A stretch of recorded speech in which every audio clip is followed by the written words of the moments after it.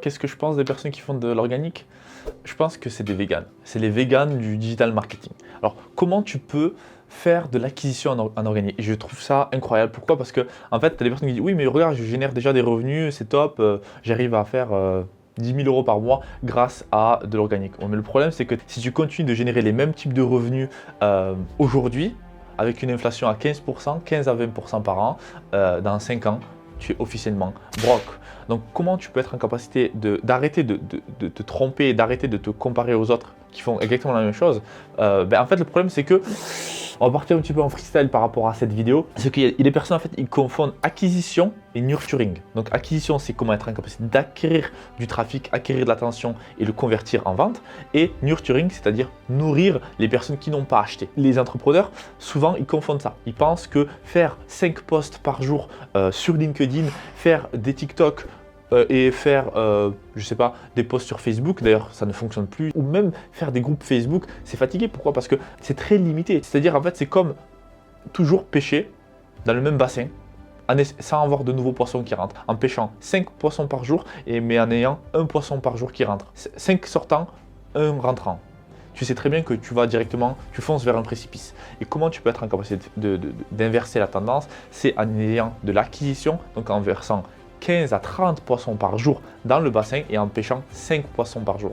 C'est comme ça que tu peux avoir du coup un effet de levier, être en capacité de leverage ton content, d'utiliser ton contenu pour justement générer plus de résultats. Donc si tu es infopreneur ou tu as un produit, un service, un logiciel, une agence, je te conseille vraiment d'utiliser de l'acquisition pour acquérir du trafic, acquérir de l'attention. Et en fait, le fait d'avoir un tunnel de vente, le fait de faire la publicité, le fait de construire une VSL, le fait de travailler sur ça, ça va te rendre extrêmement bon. En fait, je vais t'expliquer pourquoi les gens sont mauvais, pourquoi l'organique te rend mauvais. Ça te pervertit. Pourquoi? Parce que tu ne dépenses pas d'argent. Tu ne dépenses pas d'argent, c'est gratuit. Tu dépenses ton temps. Tu ne le sais pas, mais c'est la chose la plus importante.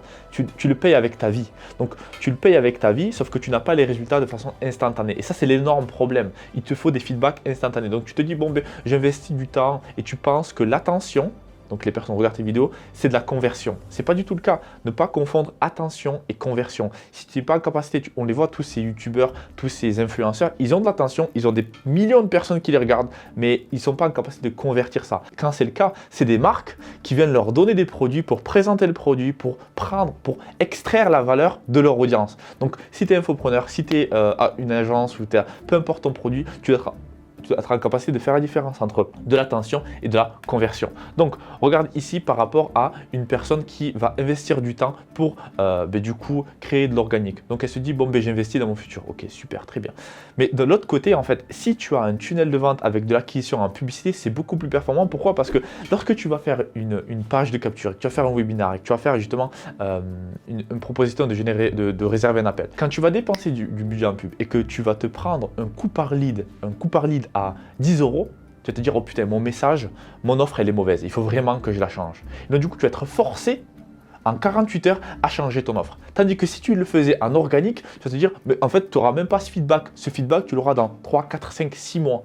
Et c'est pour ça que je déconseille aux personnes de commencer directement en organique. Ça, c'est quelque chose que tu fais plus tard.